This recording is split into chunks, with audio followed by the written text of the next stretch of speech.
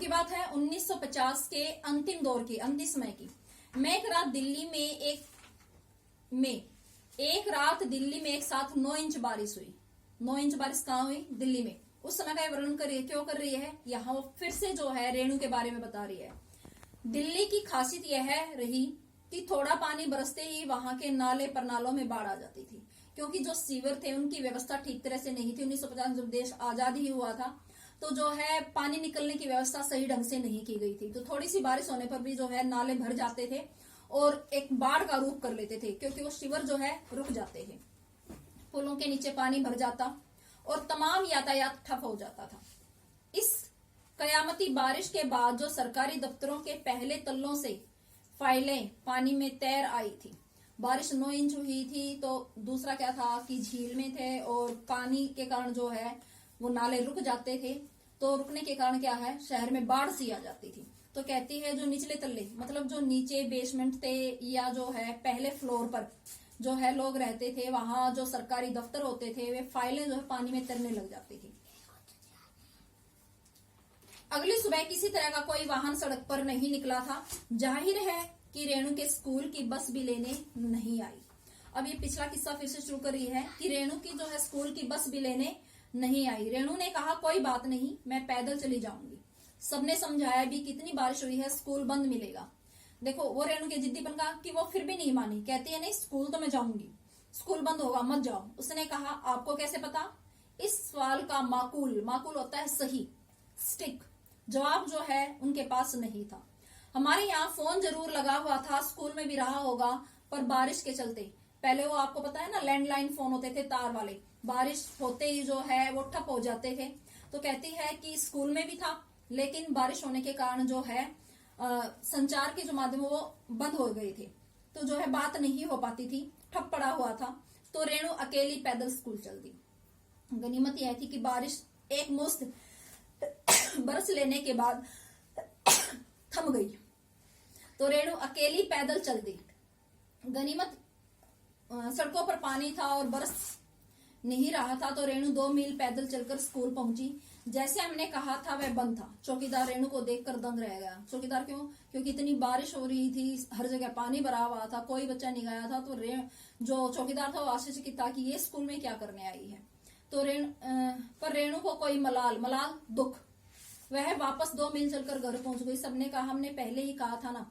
देखो कई बार क्या होता है कि कोई काम ऐसा कि हम उसे करना चाहते हैं, लेकिन हम सोचते हैं कि हो सकता है ये पूरा ना हो। हम उसकी पहले नेगेटिव पॉइंट को सोचकर उस काम को करने से पीछे हट जाते हैं। लेकिन रेणु का क्या मानना था कि अगर आप कोई काम कर रहे हो तो उसे करो जरूर, चाहे उसका परिणाम सकारात्मक हो या नकारात्मक, नेगेटिव हो या पॉजिटिव। कम से कम हमारे मन में ये मलाल, ये दुख तो नहीं रहता कि मैंने वो काम किया नहीं। अगर मैं उसे कर लेती तो हो सकता था मैं ये बन जाती। जैसे आप किसी साइड में आगे जाना चाहते हो, ठीक है, लेकिन आप पेरेंट्स के दबाव के कारण नहीं कर पाते। तो रेणु का मानना है कि आप अपने मन की करो, उसका परिणाम चाहे कुछ भी निकले। तो रेणु को जो है किसी भी बात का मलाल नहीं था। उसका मानना था कि आप अपने दिल के सुकून के लिए, चैन के लिए हर काम को करो, चाहे उसका परिणाम नेगेटिव हो या पॉजिटिव हो। उसने कहा स्कूल बंद था तो मैं वापस आ गई। कहती क्या हो गया, कम से कम जो है मुझे तो तसल्ली हुई कि स्कूल बंद है, वरना मैं सारे दिन यहाँ बैठी सोचती रहती कि शायद स्कूल खुला होगा, मैं क्यों नहीं गई।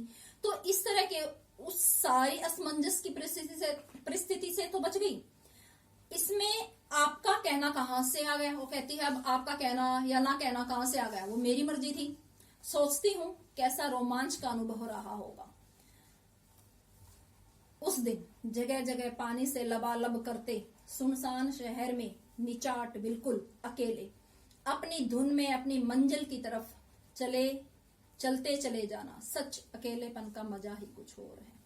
यहाँ अकेलेपन का मतलब ये नहीं है कि आप अपने परिवार से अलग रहकर अपनी खिचड़ी अलग पकाओ।